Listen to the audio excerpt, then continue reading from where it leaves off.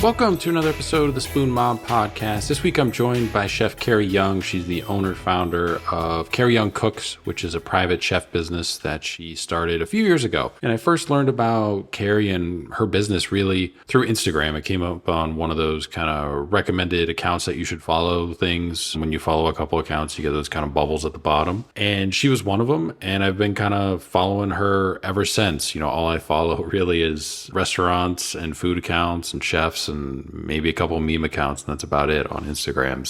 But yeah, I've been following her ever since, and she makes fantastic looking food. I have had the pleasure of having some of her cuisine when she was working at Chapman's Eat Market in the kitchen there. And she gets into, her entire career, how she first got into cooking, what she was doing before then, where she thought she was going to go. She lived in a couple different states too as well. We talk about that and how she wound up back in Columbus and how she kind of got to the point where she felt comfortable launching her own private chef business as her sole business and not working in restaurants anymore and just doing that completely 100%. So it's a fascinating conversation. She's had an incredible journey. She's super talented. She does a lot of vegetable forward cuisine, but she's not strictly vegetable only. And she talks about that. She was vegan for one point in her life and then, decided to get back into tasting anything and everything. And now that's where she is too. So, she's for hire. She'll do dinner parties, catering, weddings, private parties, all that stuff. So you can reach out to her through her Instagram and make sure you follow her too as well. It's at Carrie, Yoing is kind of her personal account. And then her business account is at ohio.carrie.cooks. Message her whichever one, and she'll get back to you on pricing and availability and all that stuff too as well. But that's where you can kind of find her and her website too as well. She does some cooking classes too. She'll come into your home, do some teaching, or can do it kind of virtually too as well. So a bunch of different options if you want to get in touch with her and kind of experience some of her cuisine firsthand. You can follow us on Instagram too as well at Spoon Mob. Check out our website, spoonmob.com. You can follow us on all the other social medias, but it's either Spoon Mob or Spoon Mob 1 on those, but mainly Instagram is what we use, and the website. Also make sure you follow the podcast, whatever platform you get your podcasts on. New episodes always drop Thursdays at 1 a.m. This month of December, we're trying to do 2 a week for you guys. Holiday gift kind of in a way. Should be Tuesday and Thursdays. And then a week later, they'll appear on YouTube if that's your preferred way of listening. Just a week behind, just different metric system and everything like that. So without any further delays, here is my conversation with Chef Carrie Young, the owner, founder of Carrie Young Cooks here in Columbus, Ohio. Thanks again for being a bit flexible with scheduling and everything. I know you have that ability now with what you're doing. I do want to get into everything that you kind of currently have going on since you've left the restaurant industry for now, or maybe that's a permanent move, but we'll get there. But I always like to start at the beginning with everybody. So take me back to the kind of the early days. How did you first get started with cooking? Where did that come from? I grew up a vegetarian. My mom was a vegetarian and thought it sounded interesting, read a book about the industrial agriculture meat system at 12 years old and thought, I don't know, this seems icky. I don't like it. So my mom and I kind of cooked a lot of our own food, vegetarian food, in restaurants 25 years ago. Wasn't so great. I ate a lot of French fries. So my mom and I cooked a lot together, and we had this kind of game where we would pull things out of the refrigerator and pantry, compare what we had, and just come up with something from there. So it was like our own little version of Chopped at home. So now I have a joke show in my kitchen called Using Shit Up with Carrie. I guess people call it fridge clean out, but I was really interested in it, but I think I never considered a career in it as a child. My parents were really pushing for, the corporate America kind of go to college, get your master or your bachelor's and do something with that. So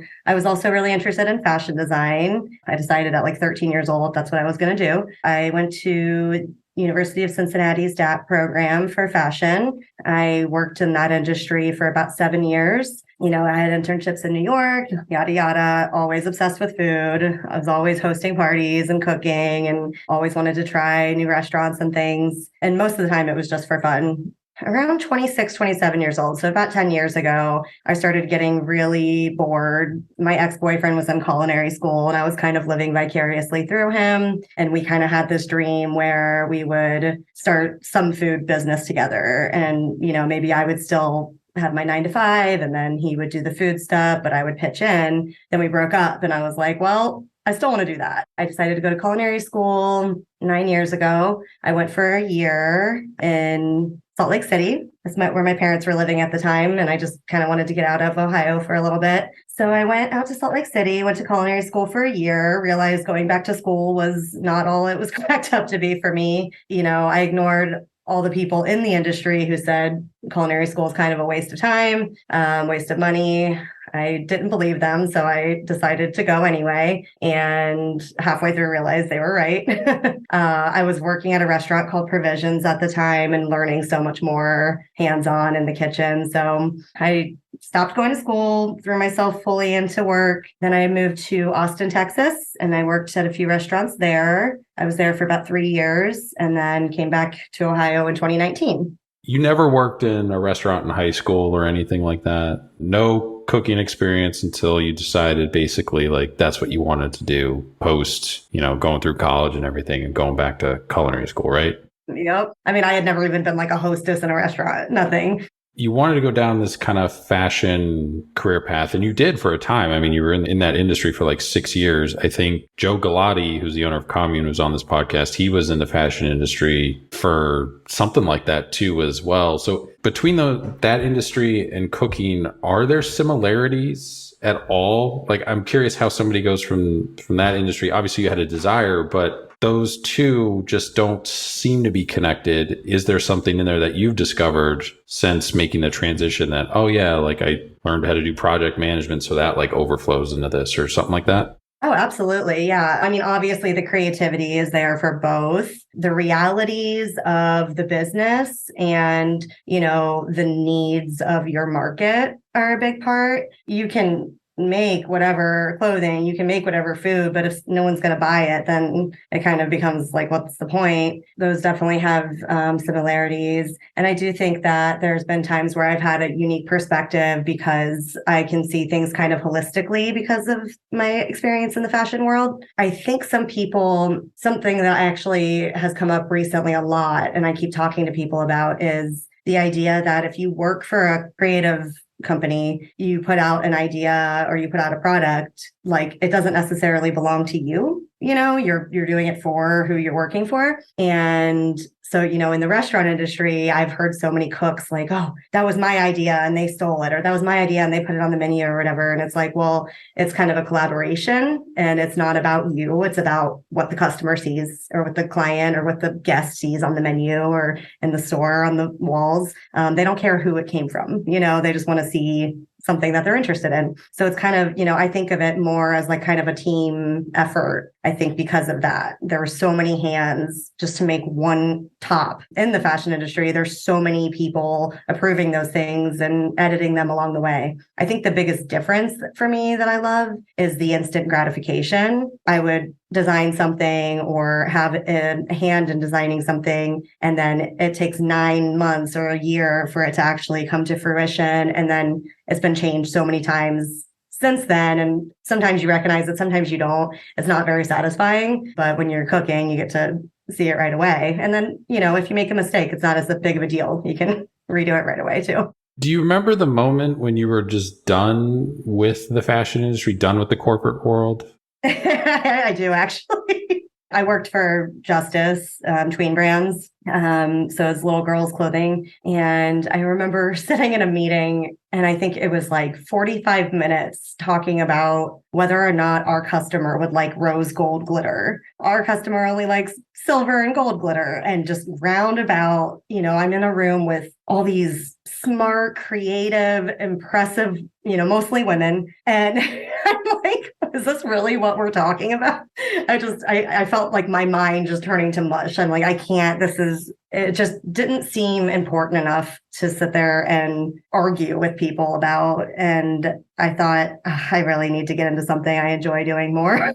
So then you wind up in Salt Lake. Like you mentioned, your parents were living out there. So did you work at the same time as going through culinary school, or was that after? I went at the same time. It was hard. Lots and lots of, midnight, 1 a.m. rushes to get homework done and things. And I think a lot of cooks definitely go through a period of time, maybe in their whole career, maybe just at the beginning, where you get off work and you want to party with everybody. It was really fun. And I really wanted to hang out with my coworkers and I really wanted to kind of live the line cook lifestyle. But I was also trying to get my homework done and it was exhausting. Was it a 2-year program or was it a 4-year program? It was a 2 year, so I did half of it. But you didn't finish, right? Or did you? No, I didn't.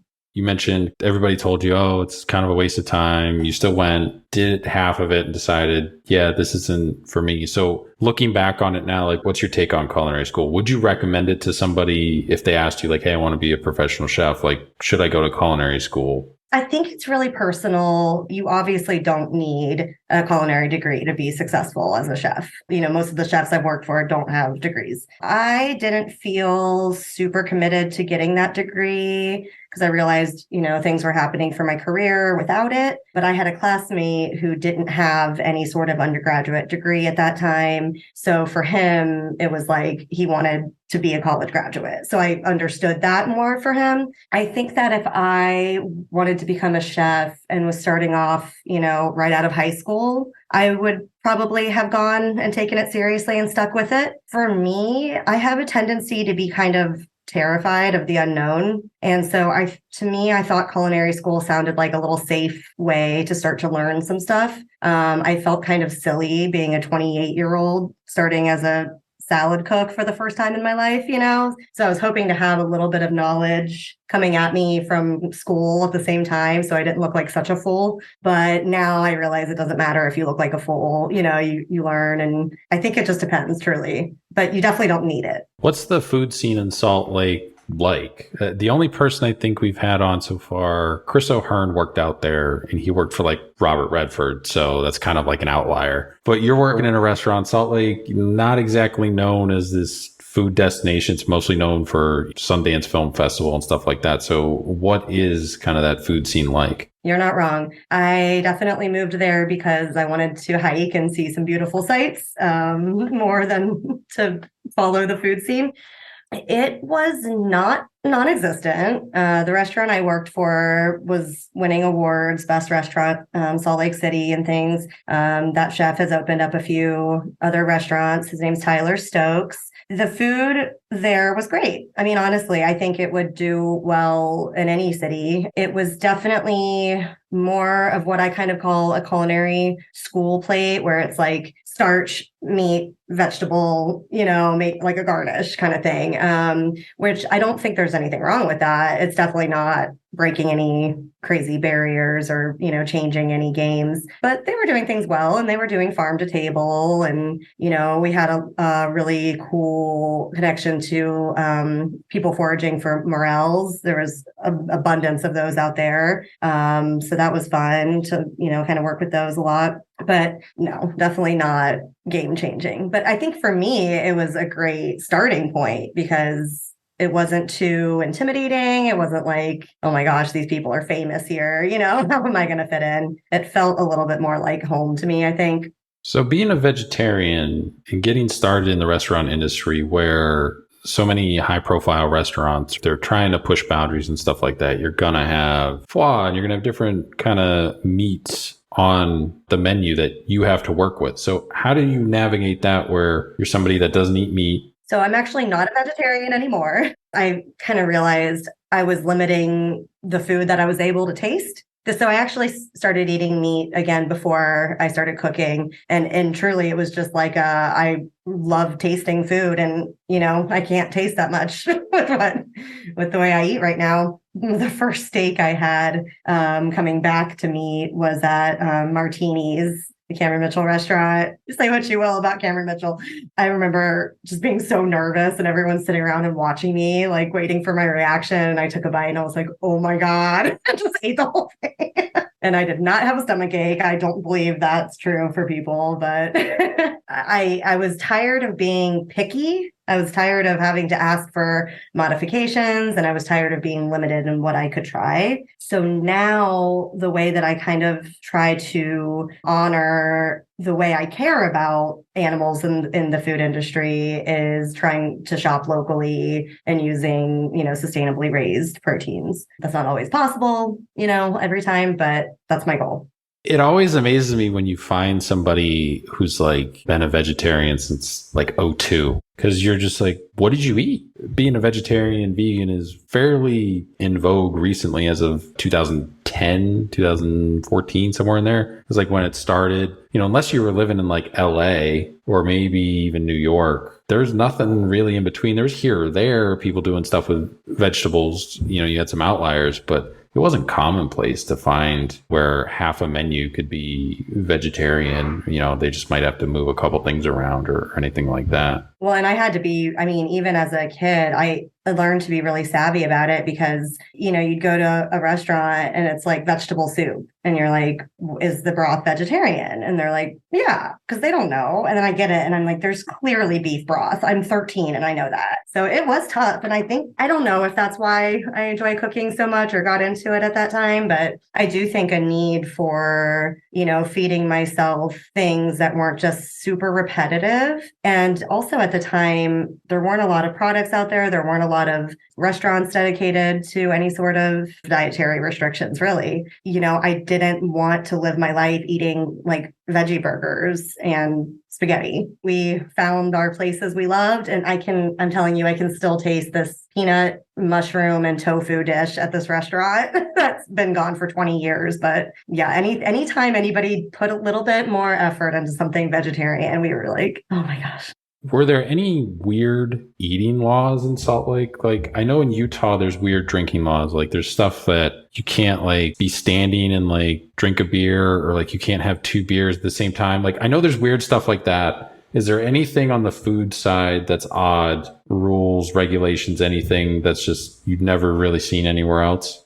I would say it's mostly about the alcohol, but there's a lot of different types of liquor laws. And so a lot of places don't have the ultimate we're a bar, order a shot, you're just here to drink. That's the hardest one to get. So then there's the one where you're a restaurant. And so you have to order food to order alcohol, which is just hilarious because it's Mormons making laws about people who drink alcohol, but they don't drink, so they don't understand what people will do for alcohol. The restaurant I worked in, people would come in and order olives for the table and then just drink a bunch.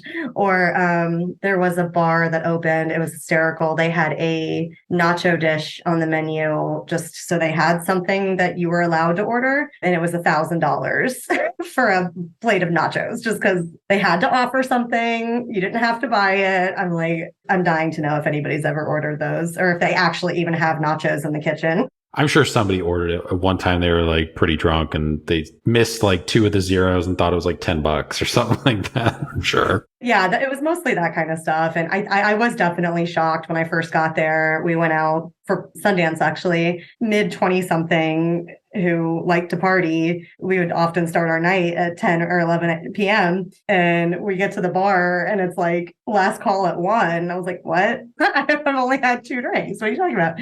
And so I said, oh, I'll go someplace else. And they're like, no, you won't. It is statewide. So that was kind of a buzzkill. So after about a year, you wind up in Austin, Texas. What brought about moving there? A boy. A lot of my moves, very embarrassingly, have had to do with boys. I like to move. I like to live in new cities. I did a bunch of internships in college. I lived in New York. I lived in London. Moving doesn't scare me. So moving for a boy, while all my friends were like, that's crazy. I'm like, it's Austin. It'll be cool. Yeah, him and I didn't work out, but I did love Austin. I started working at Uchiko when I got there. A lot of people know Uchi as well. They're sister restaurants. That was freaking terrifying. The high hospitality group, was that on purpose? Is that where you wanted to work, or was it just they were hiring? It was not where I wanted to work. Where I wanted to work was called Barley Swine. Do you know that one? I've been there. We went there earlier this year. Barley Swine and Odd Duck were my favorite restaurants in town. Neither of them were hiring. I did stage at Odd Duck.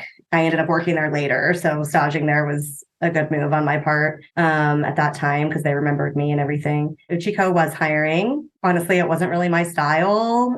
I like more kind of home comfort food, less perfect little tweezer plates of food. Nothing against them, just not my style. And I knew nothing about fish. So I was like, gonna have to pretend like I know anything and just stay quiet and try to keep up. But I definitely underestimated that, chefs know that not everybody's going to know everything at this place. That no one's going to give the brand new girl who's been cooking for a year a fish and tell her to break it down. So that was just a nod to my inexperience at the time. It was terrifying. It was so busy. We were doing 400 covers a night. I was on the salad and oyster station. So I still have a cute little oyster knife scar on my hand just from frantically shucking oysters. I think I would sell 200 oysters a night. And I'm like, why are you making me do this?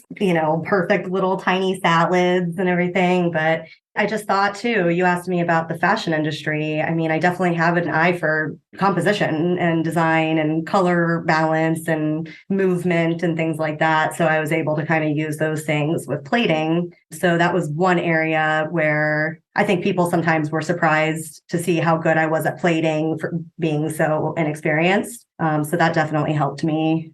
You were there for a little while, and then, like you mentioned, you go to Odd Duck, but isn't there like a situation at Whole Foods in between there for a minute? At this time, I am still very unsure of where I want this career to lead. I think that I was still feeling like I needed to go back corporate with it or go, something like I was like, maybe I'll be a food photographer or a stylist, or maybe I will do trend forecasting because I was doing trend forecasting for clothing before. So I thought maybe I'll do some sort of food trend forecasting. Maybe I'll develop recipes for some place like Whole Foods, and Whole Foods headquarters is in Austin. So their like flagship store, which is beautiful and enormous, was there. And so I think, it was my attempt to kind of make a step out of the restaurant industry. I felt like I needed some street cred in the industry first. And then I was thinking I could maybe start to work my way out of it. And I lasted for, I think, 2 months there. It was probably my least favorite job. Oh, I hated it so much. There was just so much wrong going on there. I mean, they didn't care at all about the quality or the taste of the food. I mean, you have people just steaming the crap out of broccoli and sticking it out on the bar and charging $11.99 a pound. You didn't even put any salt on that. It made me sad to see all the people walking around looking for food there, looking kind of lost. And I'm thinking, do they think that if they buy food from Whole Foods, that it's going to be healthier or better in some way? Because a lot of it isn't. Honestly, I think they do have some really cool, unique products, and they do sell local products and things. But as far as like the salad bar and the hot food bar, it's no different from what you would get at a Kroger, but, twice the price. I was there when we were doing a kitchen remodel. So we had to work out of a catering facility down the street and bus all the food in. They were requesting new rounds of food, I think, pretty much every hour. And I remember thinking, we don't go through this much food, though. Like when I'm in the store, I'm not putting out a new tray of everything every hour. There's no way. Well, they were so worried about the customer not knowing that something was different. So they wanted it to be replenished and beautiful and full at any moment. And so what was happening was every time a new tray came in, they took the old tray out and threw it away. And it was perfectly good food. And I think we threw away 2 tons of food in the course of 2 or 3 weeks. And I think that was my final straw. I couldn't do it. The amount of food that a grocery store throws away is insane. If anybody listening to this, you've never worked at a grocery store or any store that had a grocery component, just the bakery department alone, certain states are better than others, but a lot of states, they don't allow them to donate any of that food because they're worried about being sued. And it's like, well, if you donate it to a homeless shelter, what homeless person is going to sue you? But you're going to have to find some great lawyer that's like working pro bono and then also taking up this corporate lawsuit. Few and far between, like it's probably really, really bad odds on that. But back in like, I think it was like '08. Like I worked at a Walmart near us just during the recession, and you would just see the bakery department every night come in, and it's just, oh, there goes a whole cake. You're just like, what? Like, what are you guys doing? And they're like, yeah, we can't do anything with it. Like they won't let us do anything with it, so we have to throw it away. There has to be an answer. I just don't think anybody's prioritizing finding that answer. When I was working there, when this was happening, after a few days of this, I was like, I don't care. You can fire me. So I started putting together little boxes of food, like little meals, because on my drive home, I would pass at least 30 people asking for money or food on the street. I just threw away my body weight of food, and I'm going to drive past them and say, sorry, I don't have anything. So I started putting them in boxes, and technically I could have gotten fired, considered stealing. I believe in good trouble. Yeah, one of the managers came in and she said, what are you doing? And I was like, I'm feeding all the people I drive past tonight. And he said, okay. I think people also forget too, like Whole Foods used to be an independent company. Like they weren't always owned by Amazon, and it was a very cult-like following. Like it was, if you bought anything from Whole Foods, it was healthier than any place else in any other grocery store. It didn't have the healthiness of all the foods in the store, but it's like, if you walk through, I mean, obviously it's changed now because of Amazon, but even back in the day, there was some stuff that you could find that was at both. My biggest issue always with Whole Foods was like, I could never find everything that I wanted during that trip. I always had to go somewhere else. Okay, yeah, you guys have all these breads, but like none of them are good. Yeah, I get it's super healthy, but it tastes like cardboard. Like what else we got here? So you wind up working at Odd Duck, which you staged at. So did they call you finally, or were you just kind of following up with them?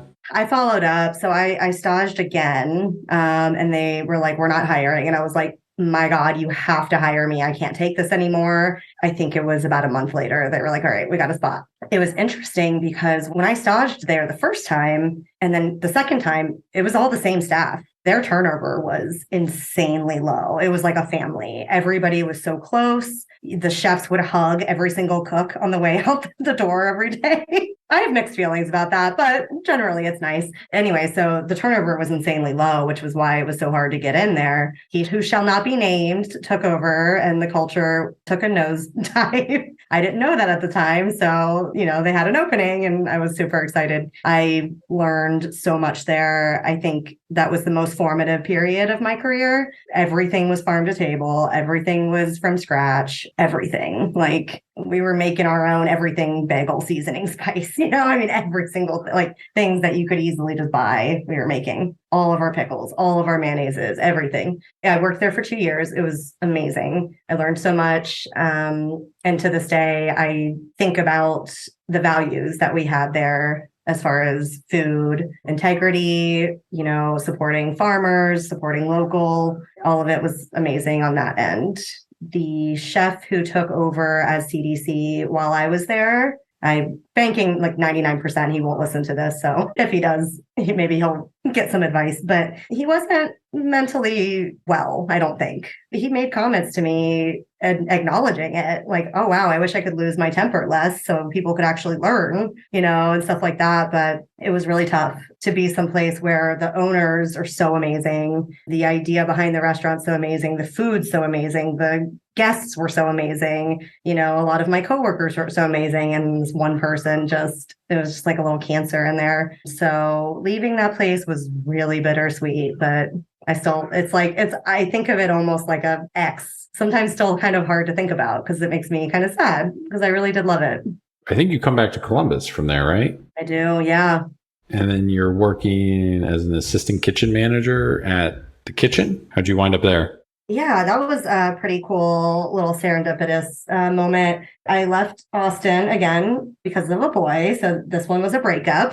And I was realizing that Austin was extremely expensive to live on my own. And I was having such a hard time at Odd Duck because of that chef. So I was like, maybe my time in Austin is over. I felt really homesick. I felt like I just wanted to be around people who knew and loved me, and I wanted to feel a little bit safe. And so Columbus was kind of calling my name. I'm technically from Cincinnati, but Columbus is home. This is where all my friends are and things. So, and a nice little distance from my family and stuff. Close enough. I actually reached out to the kitchen because in my head, I wanted to come back and do a pop-up dinner. I really wanted to just spend some time focusing on the food that I wanted to make. I wanted to get creative. I wanted to be inspired by the produce and things that I could find myself surrounded by in Columbus again. And I was coming back in late summer. So I thought it would be a really cool, like transitional pop-up dinner. So I started kind of just looking around for venues actually. So I contacted the kitchen and I start talking to Anne, one of the owners, on the phone. So I was still in Texas at this point, and she was just so amazing. Talking to her was so exciting.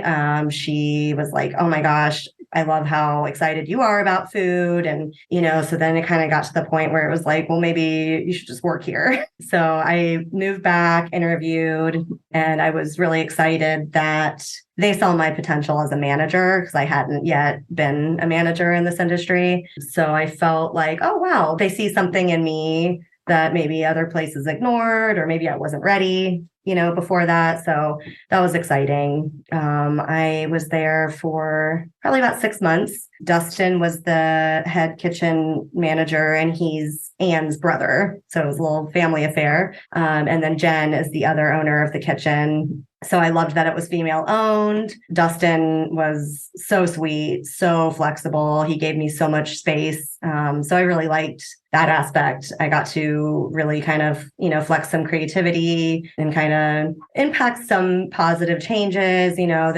They kind of proudly say that they're not chefs. Obviously they know how to cook and they understand catering like nobody else really. But so there were some technical things that I saw that I wanted to improve, and they were really open-minded to those things. So that was a really fun kind of time for me to see if I had what it takes to be a manager, and also kind of learn more about catering that I hadn't really dived into yet. So I was there for 6 months. Like I said, it was crazy. The December that I was there was their record-breaking month in the 7 years they had been open. We were doing like 3 or 4 events a day. Some days it was nuts. Mostly just Dustin and I running all of it. We had some solid cooks, but they needed direction. So it was hands-on with everything. And then COVID is the reason I left the kitchen, sadly. During your time there, assistant kitchen manager, you're wearing a lot of different hats. You're doing cooking, menu creation, development, catering, inventory, managing employees. What's the biggest challenge in juggling all that stuff?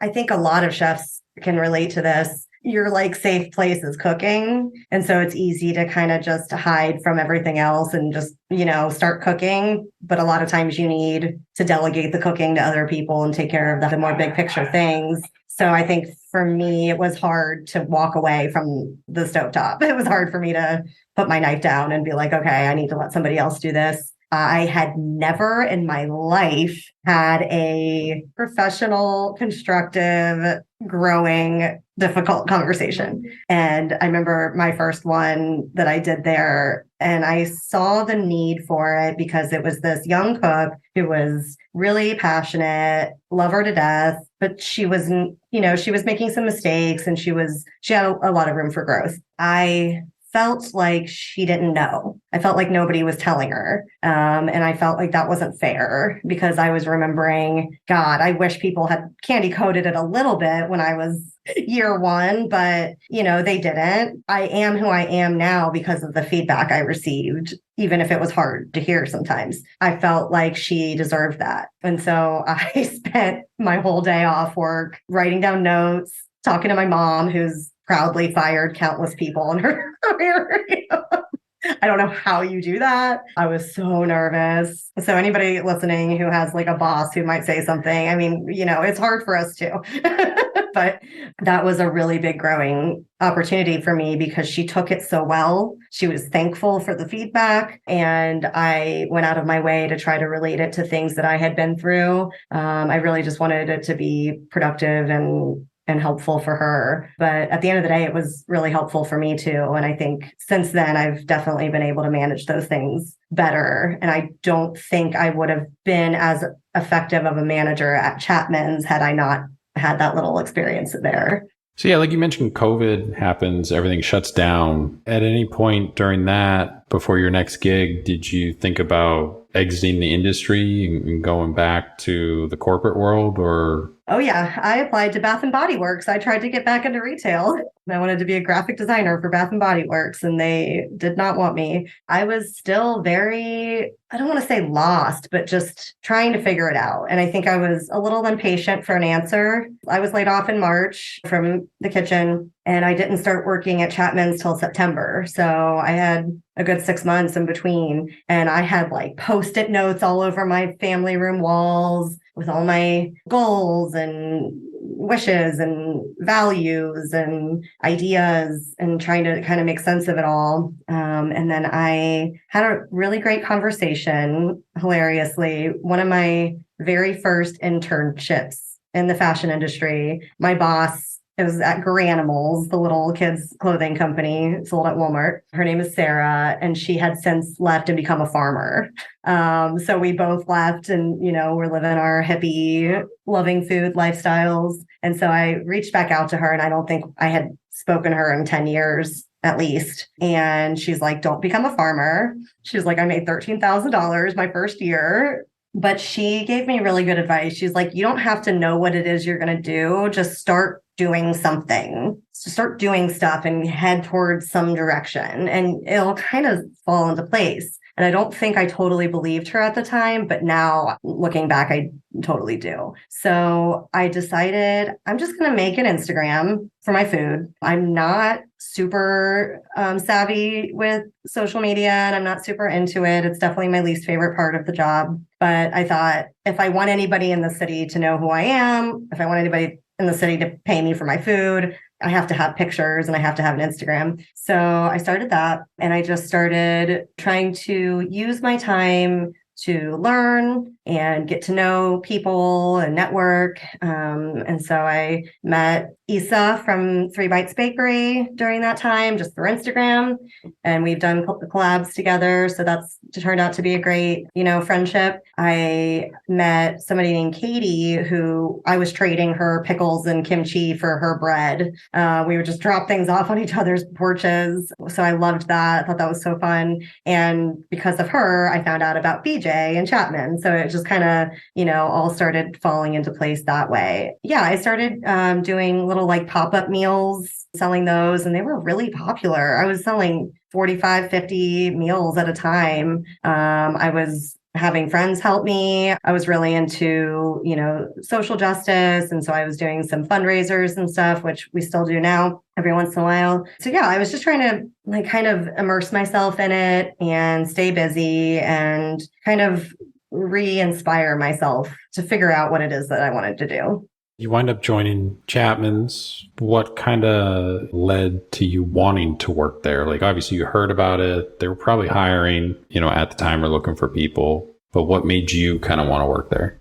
Katie woman told me about it. She thought it sounded like it was going to be focused on local produce and farm to table. She talked a lot about BJ's reputation, and I was mostly impressed by that. I honestly wasn't sure if I wanted to go back into the industry. And at the time, I was kind of like, oh, there's only so many restaurants here that I would want to work for. When she was like, oh, have you heard of this new place opening up in German Village? I was like, no. So I looked into it, and I saw that BJ was involved with Freedom a la carte, which I thought was really impressive and exciting.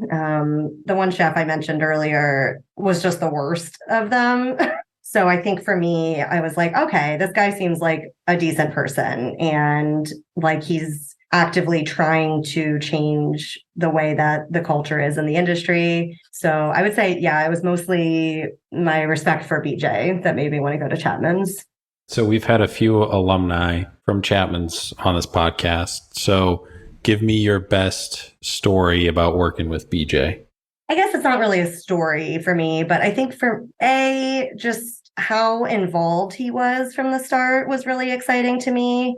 And he is a really good teacher. He will take 30 minutes out of his day to stand there and watch something cook with you and tell you, oh, that's happening because this is changing. And that's happening because water's releasing. Even if not much is happening and you're standing there staring at a pot, I've never had a manager do that with that much dedication. And I think, for me, the other thing about BJ that was really cool was how he's great at realizing that people need a shout out. People need, a little pat on the back, and they need to be told they're doing a good job. And that's so far and, few in between here in this industry. And I remember, one of my first earlier family meals, I think I just made like a tomato soup, just a really basic creamy tomato soup with grilled cheese. And he's like yelling from across the restaurant, like, what you put in this? I'm like thinking that it's a bad thing, and he's like, this is freaking awesome. I was like, it feels so insignificant, but it's not, it's such a thankless, hard job. So just someone yelling across the restaurant that it's awesome was very validating. Best Wesley Grubbs story. Wes is a tough cookie. I don't know if you can tell. He's a dear, but it takes 6 months for him to be like, maybe I like you. Maybe I'll talk to you now. Wes was working on a tamago dish, the folded Japanese style omelet. And you have a specialty pan and there's a technique to it. And of course, if you look online, a Japanese person who's been making this their whole life make it look so easy. But of course, it's not.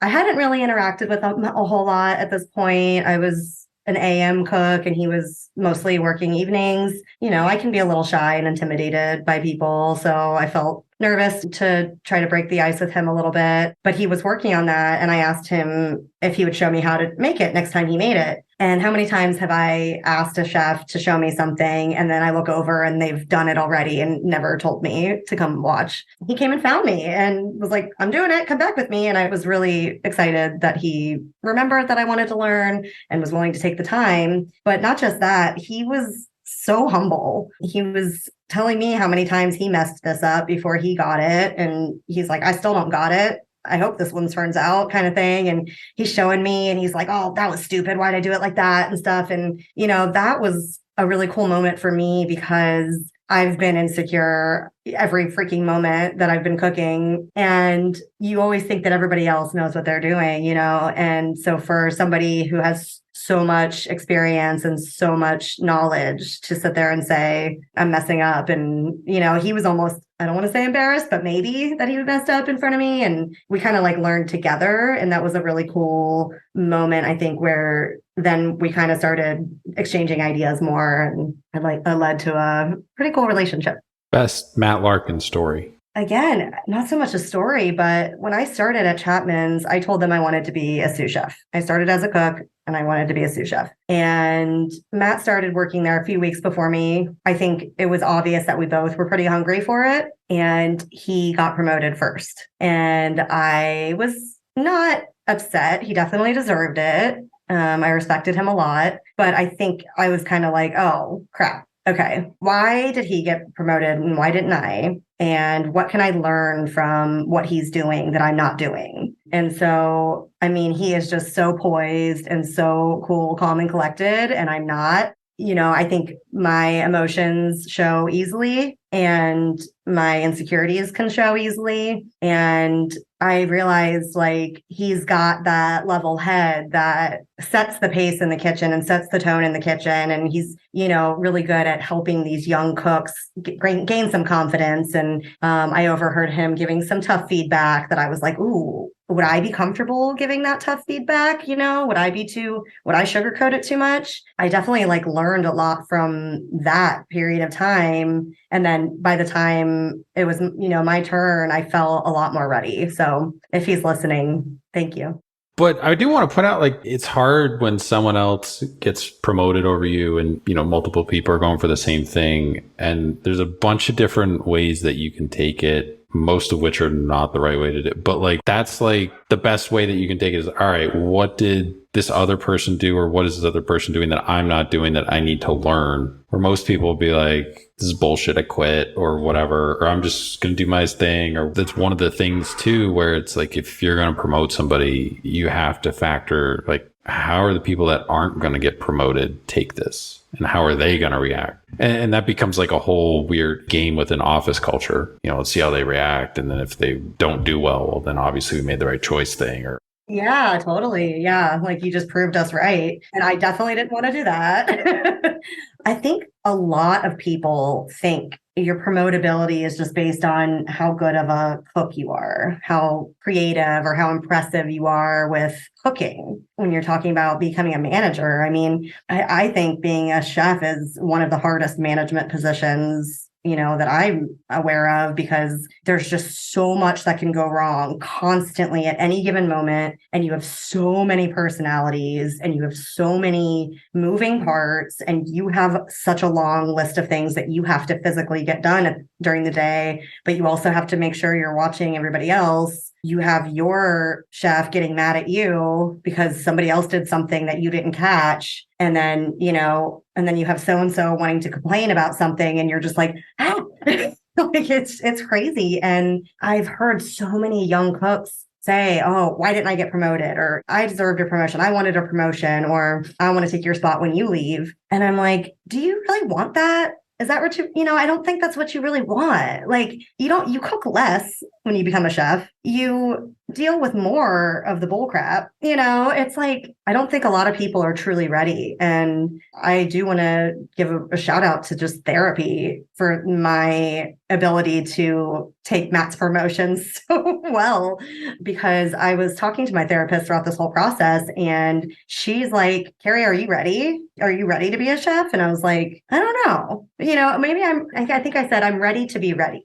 Maybe I'm not ready yet, but I'm ready to be ready. And so then we started making like actual objectives for me to, and like goals to work towards. Yeah, that helped me a lot. I do think that a lot of young cooks, when other people get promoted and things, it's like they take it as a slight to their cooking skills. And they don't stop and think like, can I really manage? Can I deal with this much? And do I want to? And I think a lot of them probably actually don't. They just want the satisfaction. Last story that we need, best Justin Singer story. Oh gosh, I have so many Justin Singer stories. Justin and I were the only two AM staff there for, I don't know, maybe a year. So it was just every morning together. We had some fun. If any Chapman staff was listening, they're going to laugh about this because it's notorious. My birthday I had when I was working there, my first birthday at Chapman's, I had kind of an emotional breakdown.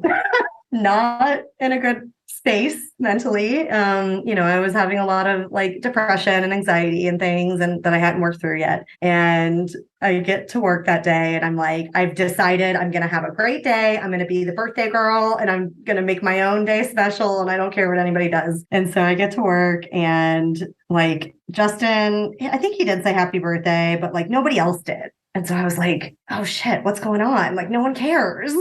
So I started getting all sad. I'm like, oh, nobody likes me here. I knew it.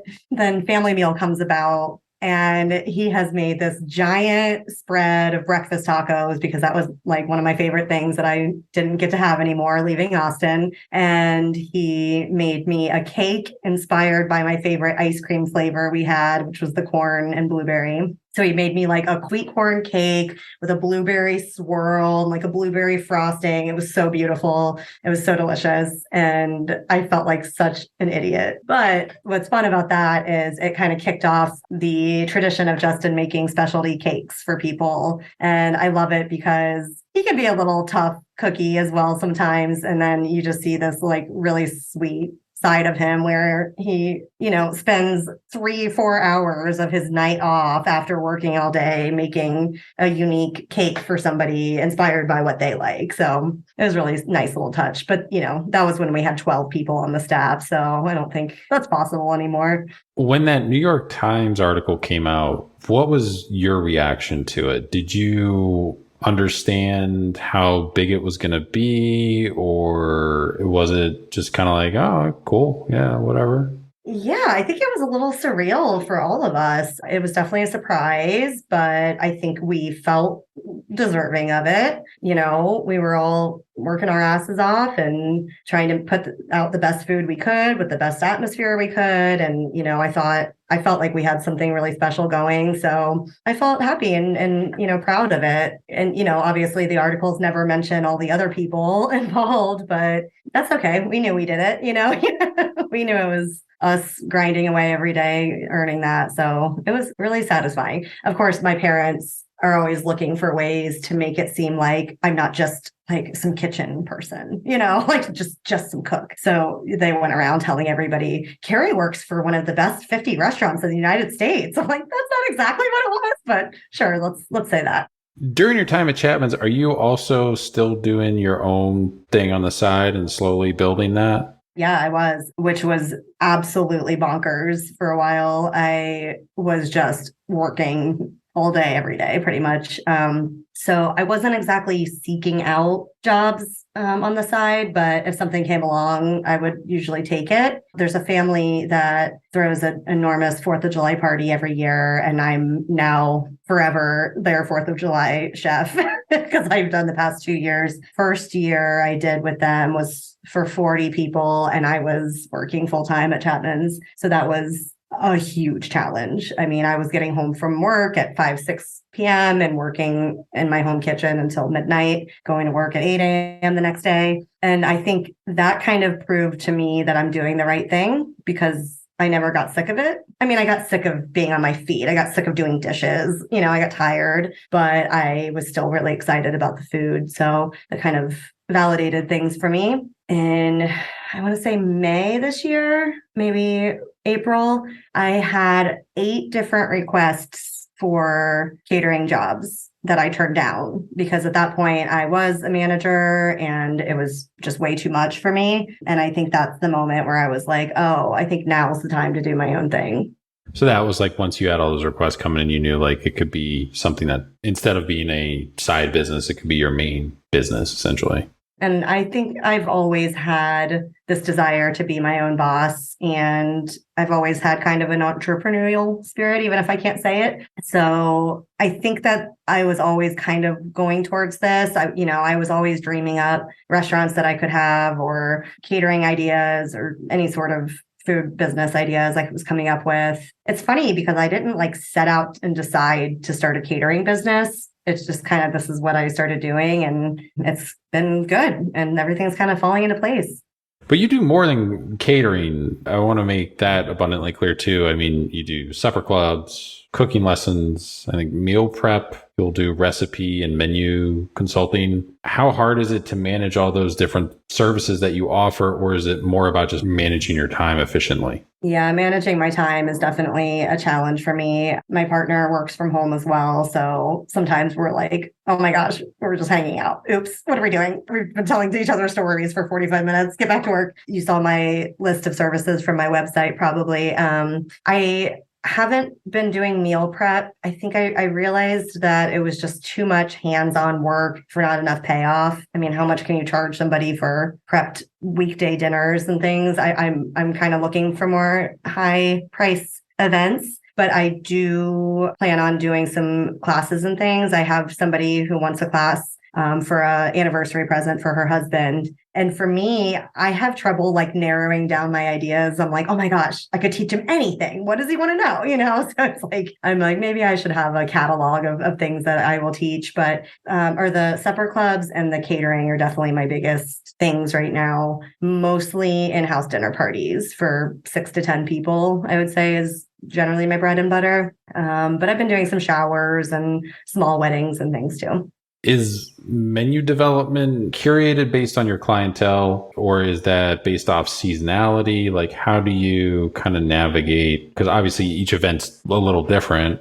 My goal is to someday have a catalog of menus. But right now, I'm kind of just coming up with stuff as I go. I'll talk to the client and kind of just find out, dietary restrictions, preferences. I'll kind of ask them like, do you like bold, spiced, strong flavors, or do you prefer brighter, lighter flavors, comfort food? This and that kind of stuff. I have a survey that I kind of forgot about until just now, actually. So I'll try to just kind of suss out what it is they're looking for. And what I find is that a lot of times they maybe don't know what it is that they want. They want me to tell them. that's been easier than I've expected. Most of the time, we'll have a 20-minute phone conversation. I'll pull together a menu and send it to them, and they're like, looks great. I like coming up with the menus as I go because it really gives me a chance to be creative. I always try to use as much local and seasonal as I can. Of course, if they're like, I want fettuccine Alfredo, there's only so much I can do there. But I encourage people to stay open-minded. And my favorite is when they're like, oh, you don't even have to send us a menu, just come up with something and bring it. So I've had a few of those, and that's really fun. I try to encourage people to stay open-minded because I can't tell you how many times I've had someone say, oh, I don't normally like curry, but I liked this, and I think people just have like a very one-dimensional idea of what an ingredient looks like from their experience. And obviously, I have all these different experiences and all these different cultures I've learned from. So I like to try to push people a little bit out of their comfort zone. When you get that like open availability, when it's do whatever you want, how do you edit yourself within your own boundaries so you're not going like way over here? Because you want to come up with something new, and maybe that's a great opportunity to try something new that maybe you haven't had on the menu before, but kind of like, how do you know that that's ready to be put out there and they're going to be happy with it? Like, you have to balance that, right? So funny. I did a dinner with Three Bites Bakery, and we were talking about that because I was like, oh, I haven't had this meal yet, and I'm like, putting it out for these people. And she said she does the same thing. So I think it was a little validating because we're winging it, but we're winging it with experience and knowledge. Sometimes it's the plate or the sauce or the whatever is evolving as I'm working on it. I'm all of a sudden coming up with this cool idea to add to it, or I'm like, oh, editing as I go too. It kind of just comes together, and it's always like a little terrifying, but I think the more I do it, the more I can trust myself that the knowledge that I have will lead me in the right direction. And at the end of the day, sometimes I put out something and I'm like, I probably should have done this a little bit differently, but they don't know that, and they're still excited. And of course, I want to do my best. And of course, I want to make everybody happy. But at the end of the day, it's food. It's not going to completely change anybody's life. When you're doing a supper club and you go into somebody's home, because me and my wife have talked about doing something like that. And the thing that always gets us is like, now we have this oven that's from like '07, and it takes 15 minutes to preheat no matter like what temperature that you want to put it on. So how do you navigate that where you're going into like with a restaurant, the equipment, it takes a little bit to learn, but like once you figure it out, you're good. But now every time you're going into somebody's home, it's all new equipment. You don't know, like, okay, put this on high. Is that actually high? Is the knob broken? Like, how do you deal with those challenges? That's one of the biggest challenges, I would say. Most of the time, I'm going into fairly wealthy people's homes who have insane kitchens with like ovens that I think can probably fly to space. I always joke that the nicer the house, the harder it is to find the microwave and the trash can. I do my best. There's definitely been some mishaps. Last weekend, their oven, I don't think would go underneath 300. And a lot of times they have two ovens. So I like to try to have one as like a warming oven, especially if you're doing like a buffet. You have to have a lot of different stuff warm at the same time, which can be a challenge. And so I made like all these sliders, and I'm trying to hold them in the oven warm. And then all of a sudden I smell something and I'm like, oh my God, they're burning. So I'm like rushing over, and there's smoke coming out. There's no good answer. I just have to pretend I'm on a cooking show. It's like, extreme chopped or something. I don't know.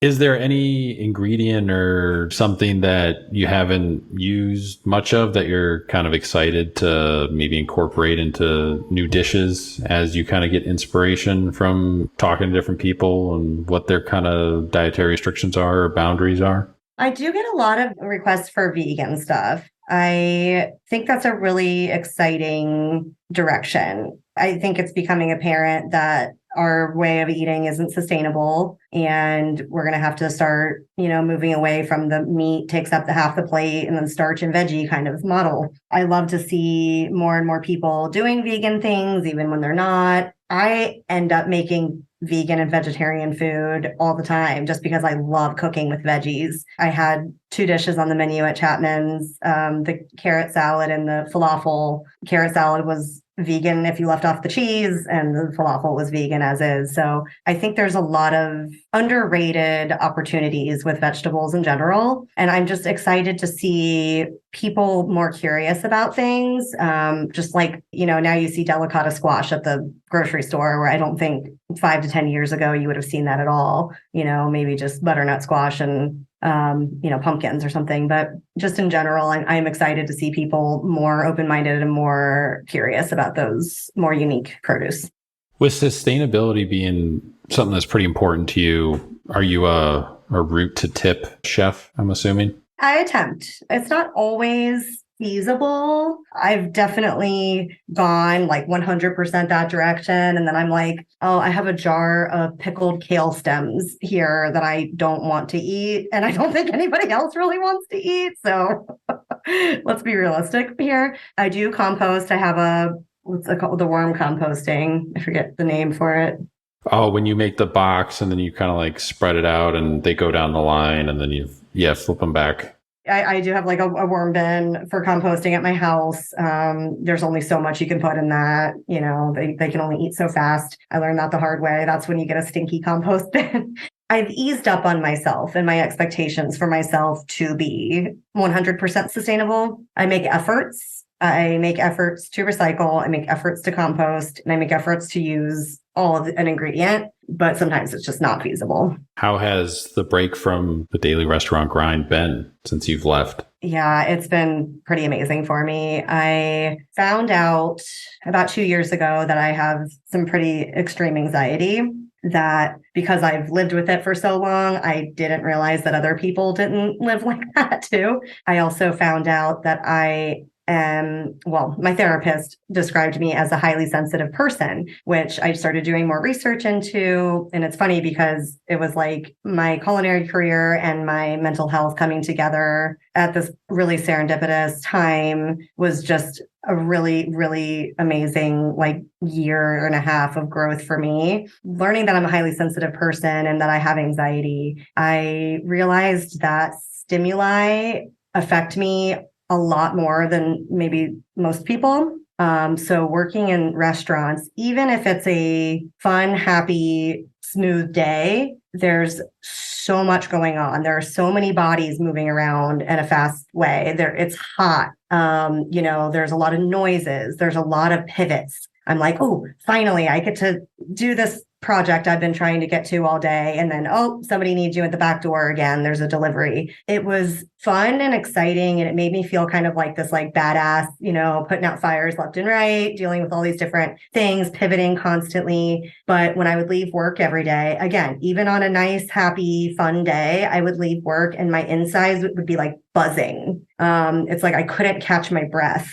And sometimes I would just burst into tears for no reason because it was just so overwhelming to my nervous system. And so that was another reason I thought I should try to explore working on my own. It was 110% the right decision for me. I feel so much more like myself, and I feel so much more calm and confident and inspired because I'm not giving away so much of my energy just to the space. A lot of chefs are leaving restaurants. There's been I think a pretty big uptick in people starting their own private chef business. The CDC at Rustic Canyon, last month left, and he'd been there for 7 years. He's starting his own thing. There's so many people that I think are getting out of the daily life of kitchens for one reason or another. It's mental health. Some it's the next step to launching their own thing or whatever. Do you think that's going to continue to happen based on your experience in the industry, or do you think there'll be, everything's kind of flowing that direction now, but then maybe it'll kind of flow back the other way? That's a great question. I think that it will continue that way. I did a dinner party for a group of 8 ladies. I think there were 2 birthdays in the group. And at the end of the dinner, they were like, okay, we're getting out our calendars. And so you can write down all of our birthdays because we want you to do this for all of our birthdays for the next year. Because they're like, why would we want to go to a restaurant where we have to wear shoes and pay 4 times the price for a glass of wine and leave after an hour and a half and drive and park and all this stuff. So they're like, this is so much more fun. I think there's always going to be a need and a love for restaurants. I don't think it's going to replace it, but I think that, COVID just really just changed up so much about the way that people work in all industries. And I think during COVID, I would have said, oh, everyone's going to be like dying to get out of their houses and there's just going to be a mass rush to the restaurants. It was kind of opposite. I think people realized like, oh, being home's kind of nice, and maybe there's room in my life for both of these being a special occasion. I can still do it at my house too. You recently worked with Three Bites Bakery for a fundraiser. What was the goal? What was the organization you guys are raising money for? We are raising money for Taller Salud. It is a nonprofit in Puerto Rico. They helped a lot with the disaster relief after Hurricane Maria. My partner and I went to Puerto Rico this past January, and I think it was my favorite vacation I've ever had. It was just so beautiful, so diverse. The food was amazing. The scenery was amazing. The music, the art, I just loved it so much. And we saw a lot of damage still from Maria, which I think was in 2017. And so just to hear that they lost 100% of their power recently, it broke my heart. And I kind of just wanted to do a little, nod to how much I loved that place and how much do we want to get into like United States' relationship with Puerto Rico. And it feels wrong in a lot of ways to me. And I felt like they really, need some help and deserve some help. So we raised $1,000, which is exciting, but that's nothing compared to what they need. I got to do something. It feels so helpless. And that's like, it gives me a little sense of like, okay, I'm contributing in some way. And I think if more people did that, it would be more impactful, Puerto Rico is a weird situation in that it's a U.S. territory. They've had the ability to have on their own ballot if they want statehood. It's close, but sometimes it hasn't passed. But then even if it does pass, it winds up getting shot down by our Congress. It's a tax haven for wealthy people. So that's part of the reason why they don't want it to change. There's this weird thing where like any goods have to hit the U.S. mainland first before they can go to Puerto Rico. So then there's like a delay in supplies getting there. There's a whole thing. I mean, it should be a state, but I don't know when. They can't even make DC a state. Like they're still trying to do that. So I think eventually it'll happen. You just need almost like the right lineup of people in Congress to get enough stuff passed to get that through. And that's like threading the needle, I think, at this point. You've worked in Columbus for a couple years now. How has the food and restaurant and hospitality beverage industry changed since you've been involved with it? And what do you think still needs to change here? And where do you think it's headed? I have so many conflicting thoughts about this because I hate the idea of, oh, Ohio, it's so far behind. We have to go in and show them what's up, or, Ohioans, they don't know about this ingredient or they don't know good food or whatever. Because I don't think that's true. I think sometimes we do it a little bit differently. I still think there's like some amazing stuff here. I think in some ways I'm curious to know how much of a holdup in Columbus being like a really exciting food city is coming from the supply and how much is coming from the demand. Meaning if we provided more exciting, boundary pushing, unique things, would it be embraced? I think so. I think that some people assume that it wouldn't, like we're a bunch of bumpkins, But I do think that it's starting to happen. I mean, I think Chapman's was really unique when it opened and people obviously love it. So there's definitely a market for it. You also have a lot of people who are like, nope, I want to go to Rusty Bucket. That's what I know.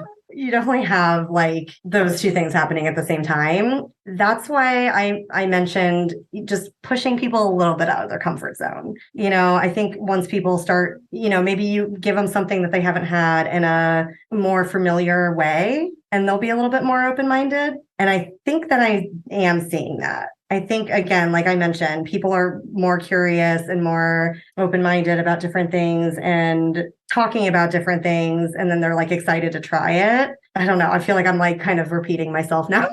Yeah, it's hard to figure out how much of the demand for the food scene overall to move to the next level is there, where I think everybody in the industry feels like it's there because there are people coming in from other states and everything. But then you see the Columbus subreddit and like people don't want to pay more than $5 for a burger. And you're just like, well, how much of that group is here and how much of the other group is here too? So it's trying to figure like that out. You have like people that have never even left Ohio too as well, which is always weird when you encounter somebody like that. You're just like, wait, what? You've never left the borders? I think it's like a matter of just seeing it. Somebody who doesn't want to pay $5 for a burger, it's education. It's like, well, why would a burger cost $18 instead of $5? And when you learn about all that goes into it, and there's so many reasons to pay the $18, whether it's because you want your city to thrive and you want people to be paid well because then they go and shop and then they can live their lives in a more,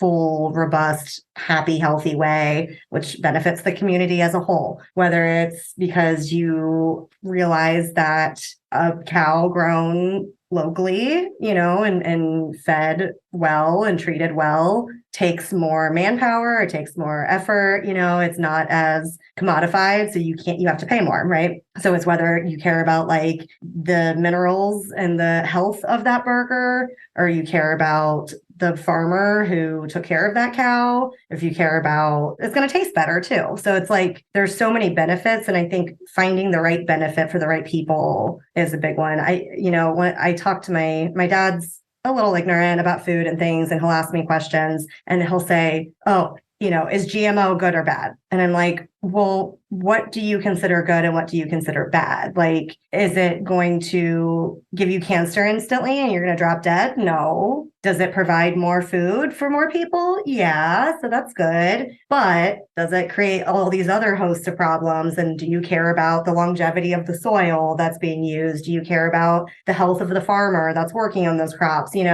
There's other things that make something like quote unquote bad, even if it's not obvious right in front of you. So for me, I think it's a lot of education, and I think it's a lot of exposure. And I'll go back to the fashion industry real quick. I remember when skinny jeans came out, what was that? Probably 2006 was when they first got big. And I remember wearing my skinny jeans around all my friends and my family and being ridiculed forever. Like, I remember my best friend said, I will never be caught dead in skinny jeans. And I was like, yes, you will. And a year later, she was like, I bought skinny jeans. It took people seeing other people doing something that seemed scary to them and unfamiliar and strange. And once you got used to seeing it on other people, then you're like, okay, maybe I'll try it. And then it just becomes the norm. So in a really, clunky way of explaining my train of thought there, I do think that once people are exposed to better quality, unique flavors, etc., that they'll be more open-minded to it. What's next for you professionally? Just kind of taking it day by day. I have a little log where I write down lessons learned each time. So I'm trying to make sure that I'm growing with each event. And every once in a while, I'm like, what am I doing? I'm just, kind of doing the same thing over and over. And then I look back and I'm like, oh, wait, no, I'm not. I've actually grown quite a bit. I am throwing around this idea that if I were to try to grow, I would need to have more systems in place. I wouldn't necessarily be able to make a brand new menu every time. I wouldn't necessarily be able to be physically there doing it every time. I would maybe have to hire other people. That's a hard one for me because it is so personal. I mean, I don't really even have a business name. I just go by my name.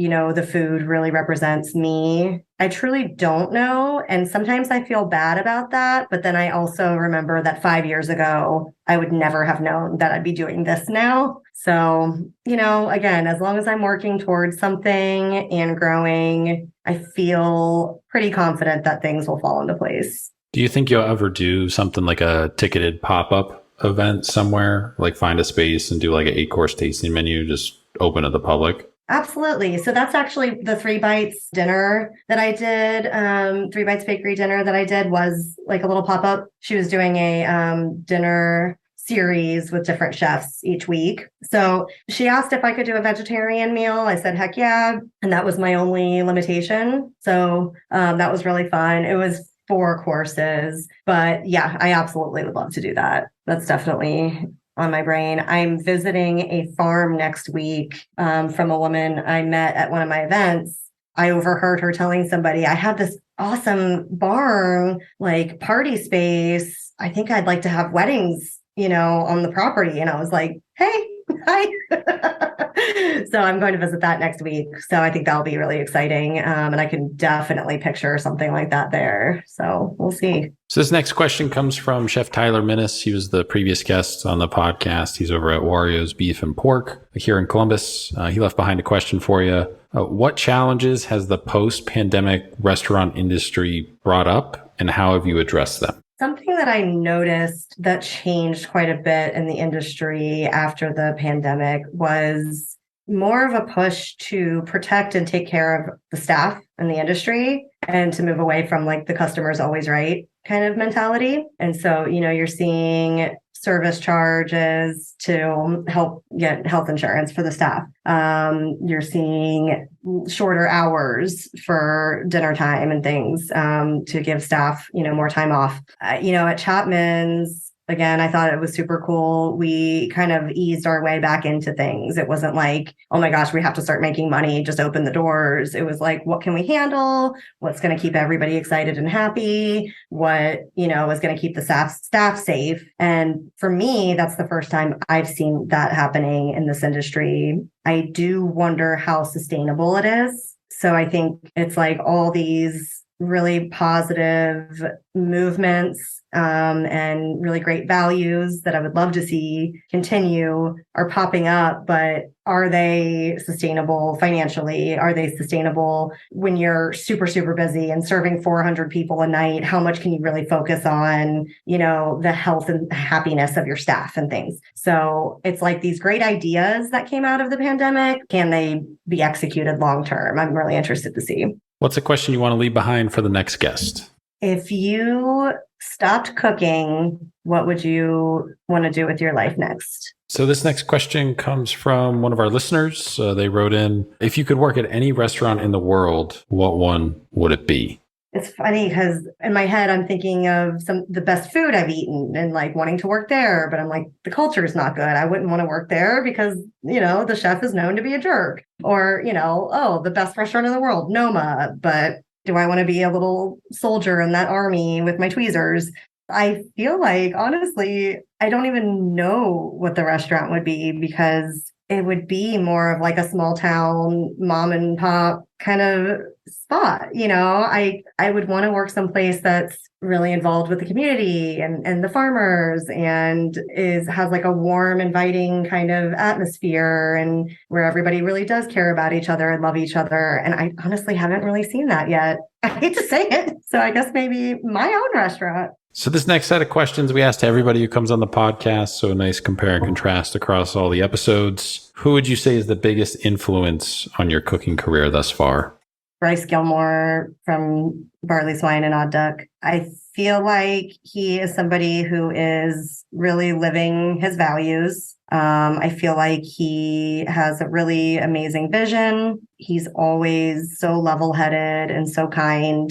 I think he's a really, really good example of what a chef should be and could be. And I'd love to see more of them. When we went to Barley Swine, we sat at like their counter and he was there in the kitchen. Most people probably wouldn't do this, but I wound up watching him quite a bit because you just see him kind of standing there and he's just kind of watching everything. And somebody will go over here and then this person might need a little help. And he just kind of goes over there and then comes back. This person left to go do something and he goes over there and he comes back. Like every movement was like purposeful. He didn't even like communicate to anybody like verbally. It was just like just constantly kind of moving, seeing what was going on. There was no chaos. There was nothing like that. But it was like, oh, this person's like behind because they have to do like 8 of these right now. Like I'll just go help them. It was fascinating to watch like from that perspective of somebody who kind of knows what's going on versus like a regular person probably wouldn't even care. Yeah, he has this like calming effect. And I was a very much not a calm cook. And I think I had this feeling where I felt like if I was running behind or really busy, that I had to seem frantic to prove that I cared and had urgency and was going to try to, catch back up. And then he would just like grab me by the shoulders and be like, it's okay, calm down. And I'm like, okay. He gave us a feeling of like, you're allowed to make mistakes and you're still respected and cared for, and you're still a good cook, and you still deserve to be here. A lot of people, it's like, if you make a mistake, they want to just like make you feel so terrible about it. And I think that actually causes more problems. Because then somebody makes a mistake and then they lie about it because they're afraid to get yelled at. Where with him, you can go to him and be like, hey, this doesn't taste right. I don't know why. Yeah, I'm learning. He's the one that knows everything. He was amazing to work for. What's the one kitchen item that's not a knife that you can't live without? It's a tough one between scissors and hands. I use my hands a lot. I'm pretty lo-fi. I'm like, oh, I could throw this in a food processor, but I'll just chop it up. Or, I'll just get in there with my hands. So probably hands. Restaurant you recommend that isn't your own? Oh my gosh, I'm obsessed with Lupo. I just went to a wedding there and I was blown away. I think I told every single employee how good of a job they did. I think I emailed them and left a Google review. I was so blown away. The food was incredible. Yeah, that's a good little spot. Tapas, like you can get a bunch of different stuff. Everything was seasoned great. The staff was so sweet. Everything was seasoned phenomenally, like fun, bright flavors. It was incredible. Bucket list travel destination, bucket list restaurant. So any place that you haven't traveled to yet, but you still want to go. And then any restaurant that you haven't had the chance to dine at, but you still want to get there one day. I would say Southeast Asia. I've never been anywhere in Asia. Working at Chapman's with Matt and Nico, they were both really into Southeast Asian cooking. I realized that that's the best food in the world. I never really considered going there in the past. I don't know if I felt intimidated by like language differences. I don't know why. I that seemed like more intimidating to me. But I think now that I've met Matt who lived there, and I have some friends who just went to Vietnam, and then Nico is Cambodian and Thai, I developed a really strong interest to go there. Bucket list restaurant. It's not that impressive. I'm sure everybody wants to go to like a 3 Michelin star restaurant, but there is a restaurant in New York City called Olmsted. I had a reservation there, was really excited about going. And then I last minute got invited to stay at Blue Hill at Stone Barns by Dan Barber. We were doing a tour and he found out we were cooks. And he really, really treated us like VIP, which was insane. So we were like, oh, we'll take the $100 canceled reservation charge from Olmsted and we're going up to Blue Hill. But to this day, I see Olmsted and I'm like, I really want to go there. Craziest thing you've seen happen in a restaurant while you're working? So at Odd Duck, we had this enormous wood fire grill. It was probably 5 feet wide by 2 or 3 feet deep. And then it had 2 big metal shelves on top of it for resting and stuff. And it gets real greasy on the shelves. And I wasn't working the grill station, but the shelves all caught on fire. 6 foot tall, flaming grill, like just totally on fire. It was insane. I think I blacked out. I was so scared. Somebody knew what to do and they took care of it. But I usually kind of just scream and jump up and down. So I'm not the one to put out the fire. Food or drink guilty pleasures, or anything fast food, candy that you know is unhealthy, but you just can't help it? Pepperoni pizza. I just got my blood work done and my cholesterol is getting a little high. So I told my partner we have to leave the pepperoni off sometimes. maybe mushrooms sometimes. I love pepperoni. Drinks. I do like a Diet Coke sometimes. I know they're so bad, but a little lime juice. I love it. Favorite Instagram account you follow? The Black Forager. Favorite dish, thing you ever cooked, created? You can point to this dish when looking back on your career and it's kind of your aha moment, like you knew you could be a professional chef. I had a project in culinary school where you had to come up with a restaurant idea and make a menu and the theme and all those things. And then you made one dish from your restaurant. And I put a lot of effort into it. Mine was it was very much a culinary school, parsnip puree with seared sea scallops, pomegranate seeds, bacon, fried kale, and like I think pickled cauliflower or something. And then like some sort of gastrique. It was a little overcomplicated, but I think pretty creative for a culinary student. I practiced it a few times before I did it and everything. And then when I presented it in school, I got by far the best feedback. And the teacher pulled me aside and was like, you could charge $40 for that at a restaurant, like that's restaurant ready, amazing. And so I think that was like, okay, maybe I am kind of like a little better than average. I'm an Anthony Bourdain fan, but not everybody is or was. If you were, is there a moment, episode, scene that stands out to you about him that you still remember? Or if you weren't, was there anybody else who was on TV, an Emerald, a Guy Fieri, Julia Child, whatever, that you kind of gravitated towards, when coming up? Growing up, I really liked Ina Garten, and I still call her Auntie Ina. She's not my aunt or aunt, and I don't say aunt about anybody else. I love her.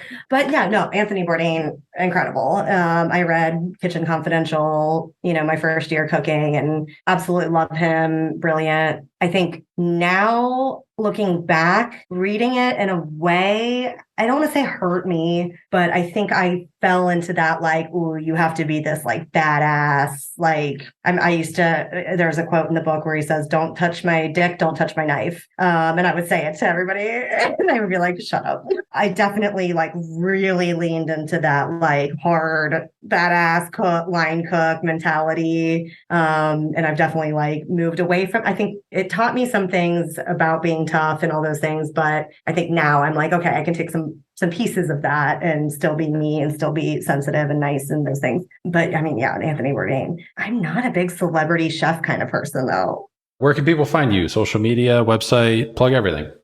Okay, so on Instagram, it's ohio.carrie.cooks. I have a website, carrieyoungcooks.com. Yeah, both of those have all the contact information, email. So I'm pretty good at staying up on texts and emails, not so much voicemails. Yeah, and if someone wants to get in touch with you about catering or supper club, dinner party thing, just reach out through the website or shoot you a DM. What's the best way to do that? DM, text message, email, any of that. So let me know. Word of mouth is my favorite too. I have so many awesome clients heard of me from somebody else and great. This is awesome. Definitely wanted to kind of have you on the podcast since, you were at the Chapman's days, then off doing kind of your own thing, and more people are headed that way. We've had a handful of people on the podcast so far that are doing their private chef thing. Seems to be going really well for everybody. So I think once you kind of build that client base, I think it kind of really gets the ball rolling. So food looks delicious. I've seen it on Instagram too as well. So looking forward to whenever there's another pop-up or if we have some event one day, whenever we get done renovating this place. Looking forward to trying it firsthand more than the things that you contributed to the menu at Chapman's. Cool. Thank you. It was fun to talk. A big thanks again to Carrie for coming on the podcast, taking some time out of her evening. Always grateful for anybody that's able to find the time to jump on a microphone and chat with us about their career and where they've been, where they're headed, what they're doing now and everything. So Carrie's somebody who I had on, our invite list for a little while, but wanted to make sure that, once she kind of transitioned out of restaurants, that she had some time too as well before we reached out to her and try to get something set up. And that's what we did. And it was an awesome conversation, super informative about the industry and different parts of the industry in different states and everything too as well. And then also just the food scene in Columbus, being a woman in the kitchen, which we didn't touch on too much. I feel like sometimes I try to avoid that a little bit just because it's something that comes up in a lot of interviews. I do think it's important, but it can get a little formulaic or kind of fall on deaf ears if it's the same talking points like over and over for people to hear. So we try and switch it up, different questions and stuff like that, and kind of approach subjects from a different point of view a little bit. And I think it also gives the chance for better answers to those questions from whoever our guest is. And Carrie did an amazing job kind of explaining, everything she's been through and what she kind of sees the path forward for not just herself, but the industry too as well. So again, you can follow her on Instagram. It's at Carrie, Yoing, and also at ohio.carrie. carrie.cooks. Reach out to her if you're interested in setting something up. I think she's got a lot of stuff probably already in the works for the holiday season, but reach out to her. She'll let you know about availability, pricing, kind of go through all the details, size of your party, event. She does private dinner parties. She does some cooking class stuff. She does weddings, catering events, all that kind of stuff. So reach out to her. And if you're interested in what she's able to put together for you, if it's something that, you'd be interested in experiencing for yourself firsthand. But that is it for this episode. More great stuff on the way. Appreciate everybody listening. Again, follow us on Instagram at Spoon Mob. Check out our website, spoonmob.com, and make sure to follow the podcast wherever you get your podcast from. Just click the follow button so all new episodes hit your feed as soon as they release. But that's it. Like I said, appreciate everybody for listening. We got more cool stuff for you coming up. Super excited for some of the future guests too as well. We've had a bunch of great guests so far, and we're just keeping it rolling. Keep helping spread the word. Really appreciate that. And feel free to write in questions, comments, feedback through the contact page on the website, or email us directly, spoonmob@yahoo.com, or you can even DM us on IG. We'll respond to that. And I check that pretty frequently. And also, even if we're not currently connected, it'll fall into another folder, but I check that folder. So pretty up to date on the rules of how Instagram operates until they change everything. But that's it.